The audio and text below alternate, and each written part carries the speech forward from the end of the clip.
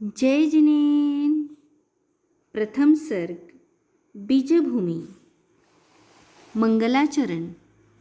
जो निशंकित आदि गुणरूपी जल के बल से पुष्ट हुए हैं, जो क्षायिक अथवा निर्मल सुख आदि फलों से युक्त है, जो शुद्ध बल, शुद्ध दर्शन, शुद्ध ज्ञान आदि भावों से जीवित रहते हैं, वह सिद्ध रूपी कल्प वृक्ष उत्कृष्ट सिद्धों को देवे।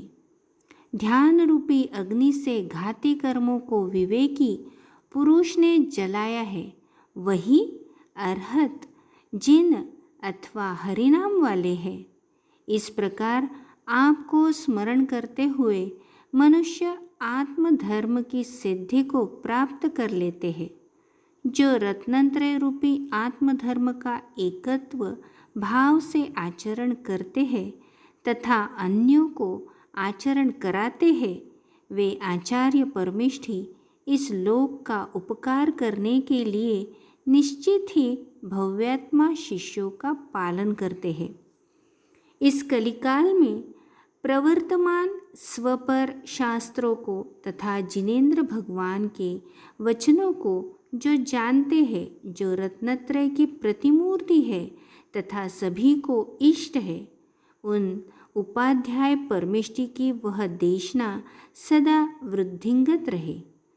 जो संसार शरीर से भयभीत है, जिनका भय नष्ट हो चुका है, जो लोभ से रहित है, शमी है, इंद्रियों का दमन करने वाले हैं तथा साधु संबंधी सभी कृति कर्मों को करते हैं, ज्ञानी है, प्रकृष्ट दानी है, मान रहित है, अपनी आत्मा से संबंध रखने वाले हैं, श्रमण है, वह मुनि सदा मेरी रक्षा करे। सन्मति महावीर जिनेन्द्र तीर्थंकर श्रुत की रचना करने वाले गुरु गौतम गणी जिनेन्द्र भगवान के वचन जिन चैत्यालय, यह सभी इस संसार में परम मंगल करने वाले हैं। मैं इन सभी को नमन करता हूँ। इस संसार में निर्मल पंचपरमेष्ठी का मंगल समस्त विघ्नों का विनाश करने वाला माना गया है। मोक्ष का कारक, सुख देने वाला, समता का आलय, सुख उत्पन्न करने वाले इस मंगल को भव्य पुरुषों अवश्य करो। सम्यक दर्शन की रक्षा के लिए जिनेन्द्र भगवान के मनोहर बिंब, सम्यक ज्ञान की रक्षा के लिए वसति में सिद्धांत शास्त्र और चरित्र की रक्षा के लिए विचित्र तपश्चरण करने वाले मुनि, यह तीनों ही धर्म के अवयव स्वरूप जहाँ रहते हैं, वह दक्षिणापथ जयवंत रहे। कर्मभूमि पर्यंत तप की तुलना में अग्रणी कोई भी नहीं हुआ है। इस प्रकार अपने उत्सेध से कहती हुई दक्षिण दिशा में भगवान बाहुबली की मूर्ति है, वह सदा जयवंत रहे। उसी दक्षिण में आचार्यों में प्रमुख महान मुनि श्रेष्ठ बुद्धिमान शांति सागर जी हुए हैं। उन्हीं के शिष्य इस पृथ्वी पर आचार्य वीरसागर जी, उनके शिष्य आचार्य शिवसागर जी और उनके शिष्य आचार्य ज्ञान सागर जी और उनके पट्ट शिष्य विशाल संघ को धारण करने वाले आचार्य विद्यासागर जी मुनि श्रेष्ठ हुए हैं। उन अनासक्त महायोगी के चरित्र को कहने में इस धरती पर कौन समर्थ है, अर्थात कोई नहीं है।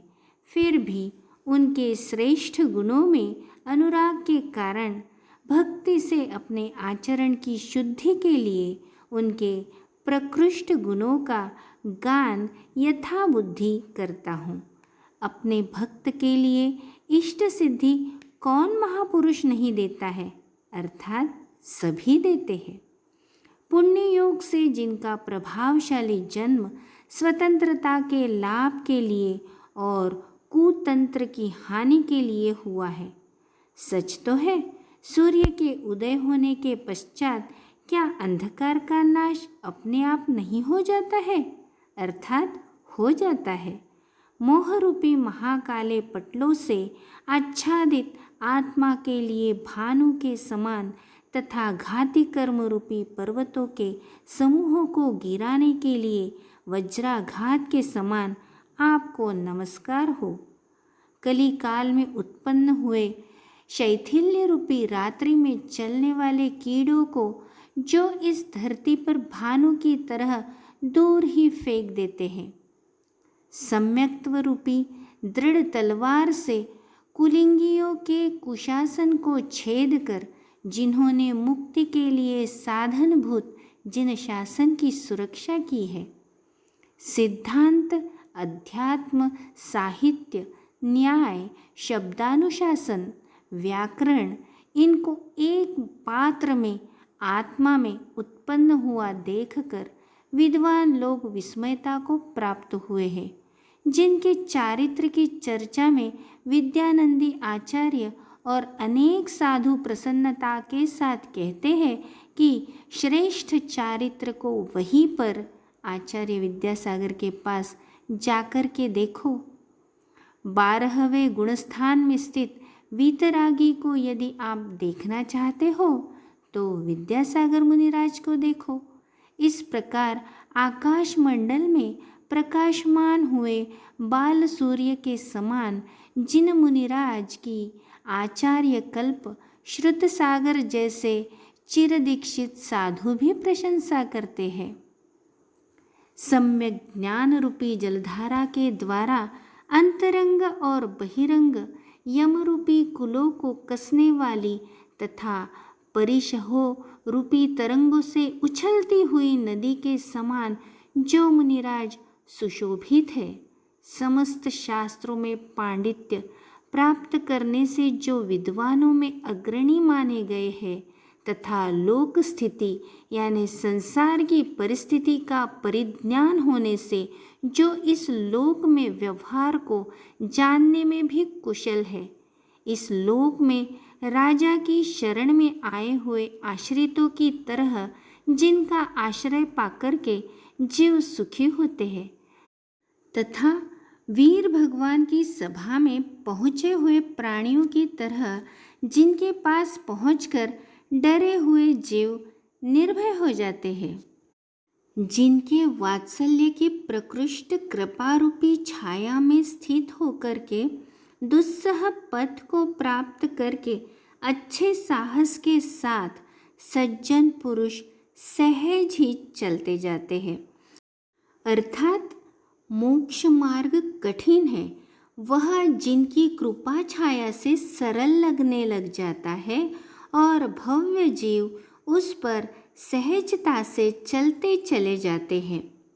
जिनका प्रतिक्षण का निर्दोष चारित्र देख करके मूलाचार को नहीं जानते हुए भी शिष्य समीचीन आचरण करने लग जाते हैं। 4 हाथ प्रमाण भूमि को देखकर इरिया समिति से चलते हुए जिन्हें देखकर इस प्रकार से ही मुझे चलना चाहिए ऐसा शिष्य जान लेते हैं। जिनके दंत पंक्तियों की कांति से स्फुरायमान वचन संदर्भों की श्रेष्ठ रश्मियाँ भाषा समिति के लक्षण को स्वयं ही प्रकाशित कर देती है। कृतकारित और मानसिक अनुमोदना से आहार पान में स्पृहा नहीं होना ऐषणा समिति है। वह ऐषणा समिति नित्य निस्पृह पुरुष के लिए ही होती है। देख करके और अच्छी तरह से परिमार्जित करके उपकरणों के रखने और ग्रहण करने में जिनकी वृत्ति हो देखकर शिष्य आदान निक्षेपण समिति तो इसका नाम है, ऐसा मानकर समिति को जान लेते हैं। निकट में निर्मित शौच गृह में प्रासुकता से रहित स्थान में रात्रि में जो शौच क्रिया नहीं करते हैं वही उच्चार प्रसवण समिति विद्वानों ने जानी है। महाव्रतों के ग्रहण करने पर भी जिनका समिति के साथ प्रवर्तन होता है वह ही संयमी होते हैं। कलिकाल में ऐसे संयमी आप माने गए हैं।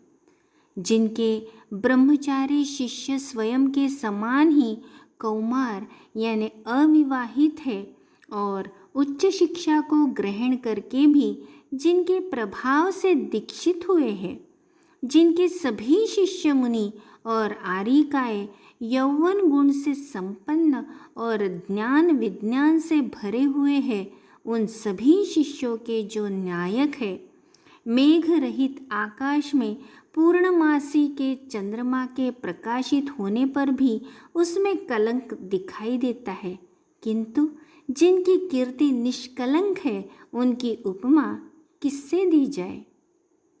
इस भारतवर्ष में भुज गुजरात में भूकंप आने पर लोगों के गृह और धन विनाश को प्राप्त हो गए, किंतु जिस दीवाल पर आपका बिंब यानी चित्र लटक रहा था वह घर ही सुरक्षित रहा।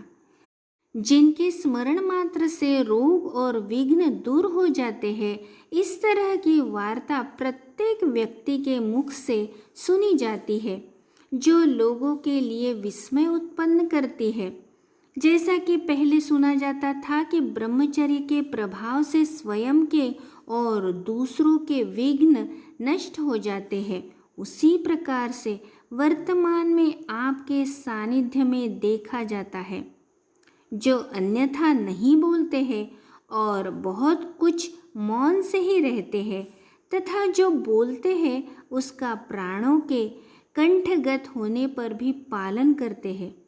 जिनके चित्त में गुरु की मूर्ति टाकी से उकेरे हुए की तरह सदैव विद्यमान रहती है और वह मूर्ति दिव्य ज्ञान स्वरूप से आज भी अधिष्ठित है। तपते हुए रवि की कांति होने पर क्या कमलिनी दुख को प्राप्त होती है, अर्थात विकसित नहीं होती है, अवश्य ही होती है। इस प्रकार गुरु की मूर्ति चित्त में होने पर आप ही बताए कि मुझे क्या दुख हो सकता है। इस प्रकार से जो गुरु अपने गुरु के लिए कहते हैं, जिनके गमन के पथ और काल का एक क्षण पूर्व भी कोई अनुमान नहीं कर सकता, अतिथि संज्ञा को सार्थक करने वाले जो सदा अनियतगामी हैं। ऋतुकाल में बिना पिच्छी के आरिकाओं का प्रवर्तन होता है और दीक्षा को प्रदान करके संघ से दूर ही जिनका विहार और प्रवास होता है, उन आरिकाओं का नवधा भक्ति के बिना ही सदैव आहार ग्रहण होता है। निर्दोष संघ की वृत्ति के लिए श्रेष्ठ गुरु की यह दूरदर्शिता है। जिनके संघ में पीने का जल कुएं का ही नियम से लिया जाता है और रात्रि में बिजली का प्रयोग तथा उसके बने उपकरण निषेध किए गए हैं। शुद्धि के समय पर मिट्टी का प्रयोग नहीं होता है। गर्मी में पंखे आदि का प्रयोग नहीं होता। अग्निपक्व फल अथवा उन फलों का रस ही सेवनीय है और उसी को प्रासुक माना है। एकेंद्रिय जीवों की रक्षा करना परम धर्म है। दया धर्म से युक्त चित्त से जो स्वयं करते हैं और अन्य को भी कराते हैं। चटाई के प्रयोग करने के जो त्यागी है, शीत में भी कभी आवरण नहीं करते हैं।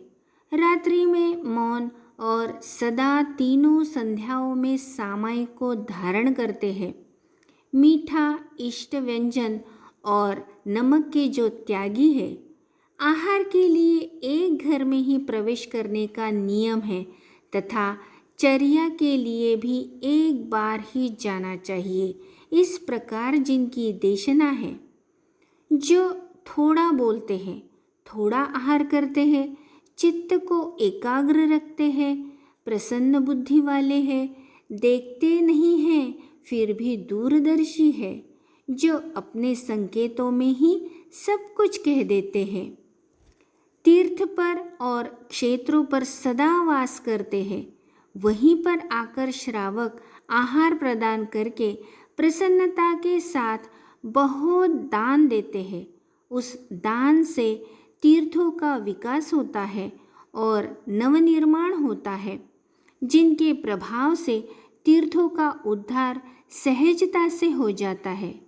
भो, जिन्होंने कभी भी इस संसार में तीर्थ के लिए भी धन की याचना नहीं की, इसी कारण से वह मेरे गुरु अकिंचन है। इसीलिए उनकी कथा मैं कहूँगा। जिनकी महिमा से व्रत की इच्छा रखने वाले श्रावकों ने सूखे कुएं से भी जल प्राप्त किया है, उनकी मैं स्तुति करूँगा। जिनकी महिमा से नैनागिरी सिद्ध क्षेत्र पर पाटे के नीचे नाग क्रीड़ा करते हुए देखे गए, उनकी मैं स्तुति करूँगा। जिनकी महिमा से दुष्ट जन डकैत भी समीचीन आस्था को रखते हुए वर्षा योग की याचना करते देखे गए, उनकी मैं स्तुति करूँगा। जिनकी महिमा से अजैन पंडा साधु स्वयं प्रसन्न होकर के दर्शन करने के लिए आते हैं, उनकी मैं स्तुति करूँगा। जिनकी महिमा से प्रधानमंत्री, राज्य मंत्री जैसे मुख्य जन स्वयं ही दर्शन करने के लिए आते हैं, उनकी मैं स्तुति करूँगा। जिनकी महिमा से घसोर गांव में सूखा हुआ कुआं जिनके कमंडलू के जल के द्वारा जलवान हो गया, उनकी मैं स्तुति करूँगा। जिनकी महिमा से गौशालाओं में गौधन की रक्षा की गई और जैसा श्रीधवला ग्रंथ में लिखा गया है, जो गोधन है वही लक्ष्मी है, इस युक्ति को जिन्होंने चरितार्थ किया है, उनकी मैं स्तुति करूँगा। जिनकी महिमा से स्त्रियों ने आरी का व्रतों को धारण किया और 172 आरी का विचरण कर रही है, उनकी मैं स्तुति करूँगा। जिनकी महिमा से कन्याएं ब्रह्मचर्य व्रत को प्राप्त हुई, जिनकी संख्या लगभग 500 प्रमाण है, उनकी मैं स्तुति करूँगा। जिनकी महिमा से देश में हथकरघा उद्योग पुनः प्रचलित हो गया, उनकी मैं स्तुति करूँगा। जिनकी महिमा से नारी संस्कारित करने के लिए प्रतिभास्थली के नाम से संस्था इस देश में स्थापित हुई, उनकी मैं स्तुति करूँगा। जो दिन में कभी सोते नहीं, दीवाल का आलंबन लेते नहीं, सदा अप्रमत्त चित्त रहते हैं, उनकी मैं स्तुति करूँगा। ये मेरा सिंहासन है, इसी पर मैं बैठूँगा। इस प्रकार के आग्रह से जो मुक्त है, ऐसे गुरु की मैं स्तुति करूँगा। जिनकी महिमा से निश्चय एकांतवादियों के वादी रूपी हाथियों के दुर्मद सुख गए हैं, ऐसे आचार्य सिंह की मैं स्तुति करूँगा। जिनकी महिमा से विद्वानों के द्वारा वर्तमान में संयम प्राप्त किया है और अंत में संलेखना प्राप्त की गई है, उनकी मैं स्तुति करूँगा। जिनकी महिमा से स्वयं के ही दोनों भाई संयम को प्राप्त हुए और जो गुरु के समीप ही रहते हैं, उनकी मैं स्तुति करूँगा।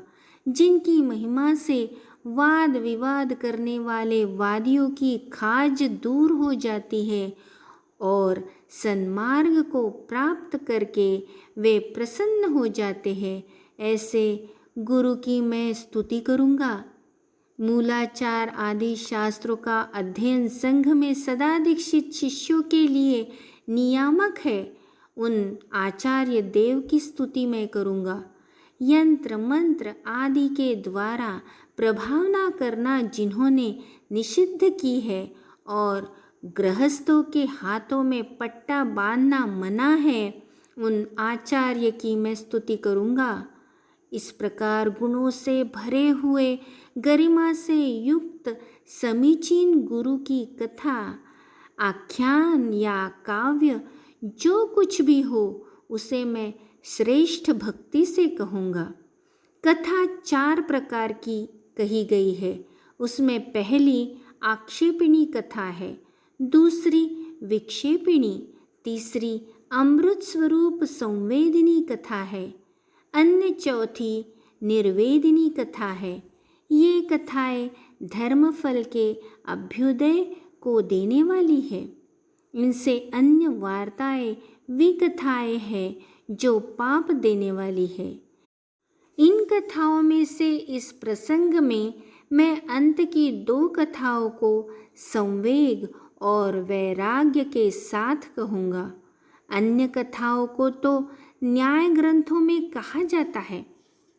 सप्त अंग से सहित राजा होता है, 7 रिद्धियों से विभूषित मुनि होते हैं, 7 भेदों से युक्त तत्व होता है।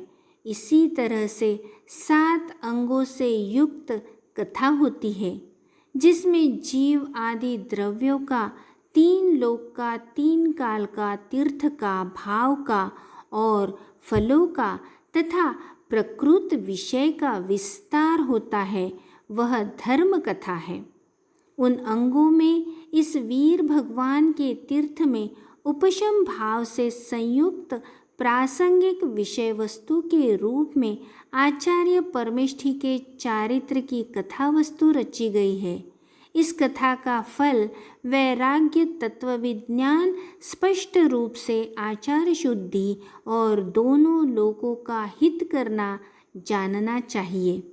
यह समीचीन काव्य धर्म से सहित है, सभी अंगों से सहित है, सभी के हित की इच्छा से प्राकृत और संस्कृत वचनों के द्वारा अपनी इच्छा के अनुसार मेरे द्वारा विस्तारित किया जा रहा है।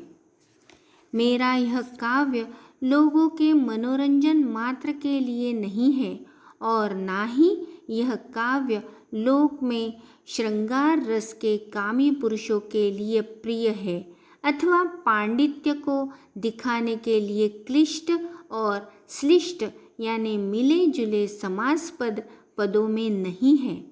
ऐसे काव्य तो पत्थरों के टुकड़ों को ढोने के समान केवल बुद्धि के भार के लिए है अथवा भास आदि के काव्य के समान काव्यों की गिनती में स्थापना के लिए भी मेरा मन नहीं है और ना ही इस काव्य में प्राचीन पुराणों की तरह कथा वृद्धि का उद्देश्य है।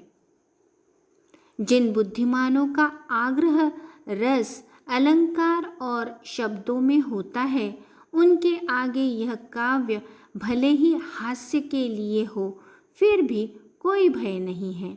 रवि के समक्ष दीपक को क्या भय होता है। यह काव्य कहीं तो सुभाषितों से परिपूर्ण है, कहीं पर अर्थ की संपदा है, कहीं पर पृथक पृथक पदों का न्यास है और कहीं सर्ग में समासांत पदों का समावेश है। जो विलक्षण बुद्धि वाले हैं उनके लिए तो यह नई विधा प्रमोद के लिए होगी, किंतु जो पूर्वाग्रह से ग्रासित है उनके लिए मात्र मुँह बिगाड़ने का हेतु होगी। दूसरे लोग मेरी प्रशंसा करें ऐसा चिंतन करके बुद्धिमान कभी आचरण नहीं करते। कल्याण की इच्छा करने वाला कल्याण के लिए ही कल्याण के रास्ते को दिखाता है। जो महापुरुषों के द्वारा पाले गए और जो महान अर्थ यानी मोक्ष को देने वाले हैं, निश्चय से महान व्यक्तियों के द्वारा इस पृथ्वी पर इसीलिए उन्हें महाव्रत कहा गया है। मुझ महाव्रतधारी मुनि के द्वारा महाव्रतधारी के कथा कही जा रही है, इसीलिए मेरा यह महाकाव्य अतुलनीय माना गया है। जो दोषों के खोजने में संतुष्ट होते हैं, सज्जनों ने उन्हें दुर्जन माना है, किंतु जो सरसों मात्र गुणों को भी मेरू के समान मानते हैं, उन्हें सज्जन माना गया है। जो दूसरे दुखी जनों को देख करके बहुत अतुलनीय सुख धारण करता है और जो पुण्यात्माओं के पुण्य से होने वाली वृद्धि को देखकर ताप बुद्धि करता है, अर्थात अपने मन में ताप उत्पन्न करता है। जो दूसरों का कभी हित नहीं करते हैं और उनके ऊपर द्वेष करते हैं, ये सब दुर्जन के लक्षण हैं। बुद्धिमान मनुष्य ऐसे दुर्जनों को जानकर दूर से ही नमस्कार करे। जो पाप रूप 3 लेशाओं वाला है, दुर्बुद्धि है तथा जन्म जरा मृत्यु इन तापत्रय को बढ़ाने वाला है, आहार आदि 4 संज्ञाओं के लोभ में रत रहता है तथा पाप क्रियाओं में संलग्न रहता है, पहले तो प्रसन्न मन के साथ प्रीति उत्पन्न करता है, बाद में वक्रता धारण कर लेता है तथा समय आने पर कार्य का विघात करने वाला होता है। ऐसे दुष्ट मनुष्य को सज्जन लोग दूर से ही छोड़ते हैं। जो मोह को छोड़कर सत्य हृदय वाला जीव बंधु वर्ग में कभी भी अन्याय नहीं करता है, बंधु वर्ग में होने वाले अन्याय को सहता नहीं है और न कभी अपकीर्ति को सहन करता है। जो निर्लोभी है, सदैव धर्म बुद्धि को धारण करता है तथा आत्म प्रशंसा नहीं करता, निंदा से दूर रहता है। दया बुद्धि को धारण करने वाला वह जीव ही सज्जन माना गया है। जिसके अंदर ज्ञान होने पर भी जो दूसरों के आगे मौन धारण करता है, शौर्य होने पर भी शरीर को शांत रखता है और क्रूर भावों से दूर रहता है, धन होने पर भी मद से रहित होता है और कभी भी अपशब्द नहीं बोलता, उसको परम पुरुष प्रायः पुण्यवान जीव कहते हैं। दुर्जनों में जो रोष नहीं करते हैं और सज्जनों में जो संतुष्ट नहीं होते हैं, राग द्वेष की निवृत्ति हो जाने से श्रवण में ही सुमनस्कता होती है। श्रोता गुण को ग्रहण करने वाला हो और वक्ता हित का उपदेशक हो। संक्षेप से बुद्धिमान पुरुष श्रोता और वक्ता के यही लक्षण जानते हैं। इस प्रकार कहीं पर तो यह काव्य गद्य में पढ़ने रूप है, कहीं पर यह बहुत ही मृदु गेयात्मक है। दोनों प्रकार की भाषाओं के शब्द समूह से यह काव्य सर्वात्मक सर्वरूप है। ऐसा यह काव्य जयवंत हो, श्रेष्ठ गुणों से युक्त, श्रेष्ठ धर्म को अच्छी तरह धारण करने वाले अति विशिष्ट महापुरुष के विषय में की गई यह श्रेष्ठ भक्ति से उत्पन्न यह पदावली मोक्ष को देने वाले सुख को देने के लिए पदावली के समान है, अर्थात मोक्ष सुख को प्राप्त करने के लिए नसैनी के समान है। भो, इस संसार में प्रसिद्ध विशेष कष्टों के कारण से जनता भय को प्राप्त होती है, वहीं पर साधु हमेशा परिशहो को धारण करने से समता को भजता है। इस कारण से ही आर्त ध्यान को छोड़कर गुरुदेव 2 मासों में उत्कृष्ट केश लोच करते हैं, चाहे प्रतिकूलता की स्थिति क्यों न हो। इस पृथ्वी पर भव्य जीव उत्कृष्ट पुण्य वालों की वृत्ति को धारण करते हैं। धर्म के संदेश के बिना संसारी प्राणियों को स्वभाव से ही इस प्रकार करते हुए देखा गया है। सत्य ही है, मोही जीवों के मोह से उत्पन्न हुए अंधकार का प्रसार तभी तक रहता है जब तक कि किरणों को स्फुरायमान करता हुआ सूर्य के समान तेजस्वी कोई विशेष आचार्य का उदय इस पृथ्वी पर नहीं होता है। संघ में प्रवेश काल से लेकर जिन्होंने शिक्षा प्रदान की और वात्सल्य से सिंचित किया, वह मैं प्रणम्य सागर जिनका कृतज्ञ हूँ, उन मुनि समय सागर की वंदना करता हूँ। मुनि योग सागर जी के मुख कमल से निर्गत समीचीन वाक्य रूपी अद्भुत तंतु ही इस श्रेष्ठ काव्य पट के लिए हेतु है, ऐसा मैं मानता हूँ। इस प्रकार मुनि प्रणम्य सागर विरचित अनासक्त महायोगी नामक महाकाव्य में आचार्य विद्यासागर चरित्र का वर्णन करने वाला बीजभूमि संज्ञक पहला सर्ग समाप्त हुआ।